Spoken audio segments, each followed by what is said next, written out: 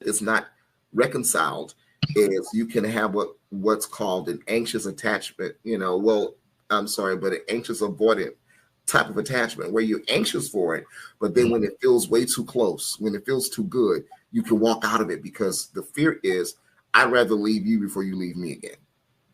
So it can show up in those ways. So whereas they may crave the closeness, they combat it with the feeling of, I don't know what that closeness may feel like, especially if it's a relationship that reminds them of that parent or that person that may have left their life.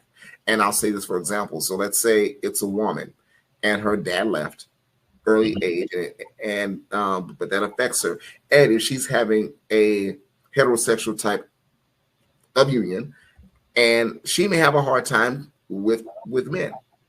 She may have a hard time trying to trust men because, hey, my dad left. I don't know if you leave.